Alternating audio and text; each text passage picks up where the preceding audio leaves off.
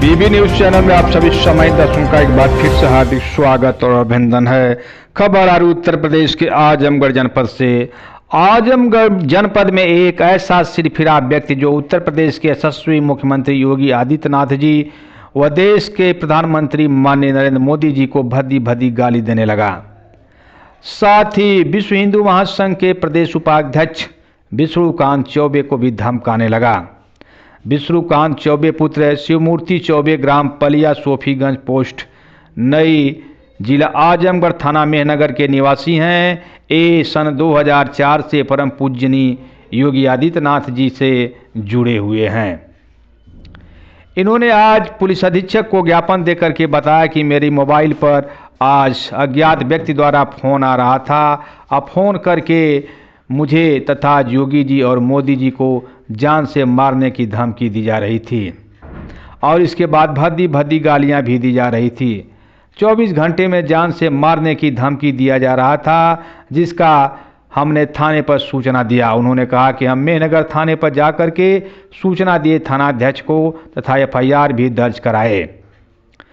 थाने से फोन किया गया उस व्यक्ति को तो प्रार्थी ने फिर रात को मेरे मोबाइल नंबर पर 8:30 बजे फ़ोन करके कहा कि 2 व्यक्ति और थे। उन लोगों ने उन दोनों व्यक्तियों द्वारा प्रार्थी को एफआईआर उठाने के लिए तथा जान से मारने के लिए धमकी देने लगे और उन्होंने लास्ट में कहा कि हम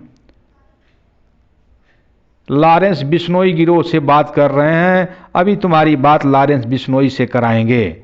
इसके बाद मोबाइल पर कुछ इधर उधर किए। इसके बाद उन्होंने कहा कि बात नहीं हो पा रही है, अब तुम्हारी हत्या करा देंगे, जिसकी सूचना प्रदेश उपाध्यक्ष विष्णुकांत चौबे ने आज आजमगढ़ मंडल के प्रभारी आशुतोष सिंह और प्रदेश मंत्री मनोज कुमार श्रीवास्तव तथा मऊ जनपद के जिलाध्यक्ष राघवेंद्र सिंह, आजमगढ़ के जिलाध्यक्ष मनोज कुमार मौर्य तथा आजमगढ़ के जिला मीडिया प्रभारी यशपाल सिंह के साथ पुलिस अधीक्षक एसपी सिटी से मिलकर के शिकायत किए तथा सुरक्षा व्यवस्था की भी मांग किए।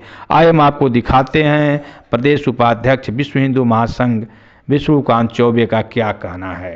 की आई और कहा गया कि तुम डीपी लगाए हो महाराज जी के साथ काम करते हो क्या? मैंने कहा बोले अगर वो मर जाएगा जोगी तो तुम्हें कष्ट होगा? मैंने कहा एकदम होगा।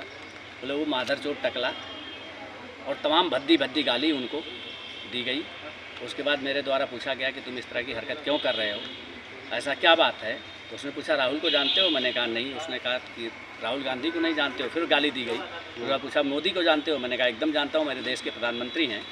तो उसने कहा कि मोदी जी को भी तमाम भद्दी भद्दी गाली देते हुए कहा गया कि 24 घंटे के अंदर दोनों को मार दूंगा और तुम्हें भी मार दूंगा।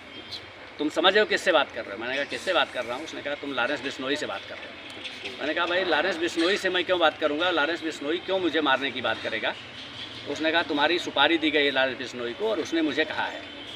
मैंने कहा भैया न मैं बहुत बड़ा नेता हूँ, न मंत्री हूँ, न इंडस्ट्रियलिस्ट हूँ कि मुझे पैसे के लिए या किसी रीजन से कोई फ़ोन करेगा या कोई बड़ा आदमी लॉरेंस बिश्नोई को मेरे खिलाफ जो है सुपारी देगा। ये सब फालतू की बातें हैं, फ़ोन रखो। उसने कहा तुम समझ नहीं रहे हो, 24 घंटे में तुम्हें मार दिया जाएगा। मेरे द्वारा थाने पर एफआईआर दर्ज कराया गया। थाने पर एफआईआर दर्ज कराने के बाद 8:30 बजे रात को फिर दोबारा फ़ोन आया कि फ़ोन उठा लो नहीं तो तुम्हें मार दूंगा और लॉरेंस बिश्नोई से मैं तुम्हारी बात कराता हूँ करके एक नंबर टी 3-4 बार किया गया। फिर कहा गया लॉरेंस बिश्नोई व्यस्त है, मैं तुम्हारी बाद में बात कराता हूँ। मैंने फिर उसे कहा कि लॉरेंस बिश्नोई से मेरी क्या दुश्मनी है, क्यों लॉरेंस बिश्नोई मेरे बारे में ऐसी बात करेंगे, मैं ऐसा कुछ हूँ नहीं। तो उसने कहा नहीं, तुम एफआईआर अगर नहीं उठाए तो तुम्हें 24 घंटे के अंदर मार दिया जाएगा। ये 2:11 के बाद आज फिर एक फ़ोन आया है। उस फ़ोन करने वाले ने पूछा है कि राहुल को जानते हो? मैंने कहा नहीं। बोला मनीष को जानते हो? मैंने कहा नहीं। बोला ठीक है कोई बात नहीं, फ़ोन काट दो। फिर फ़ोन कट गया। तो ये कॉल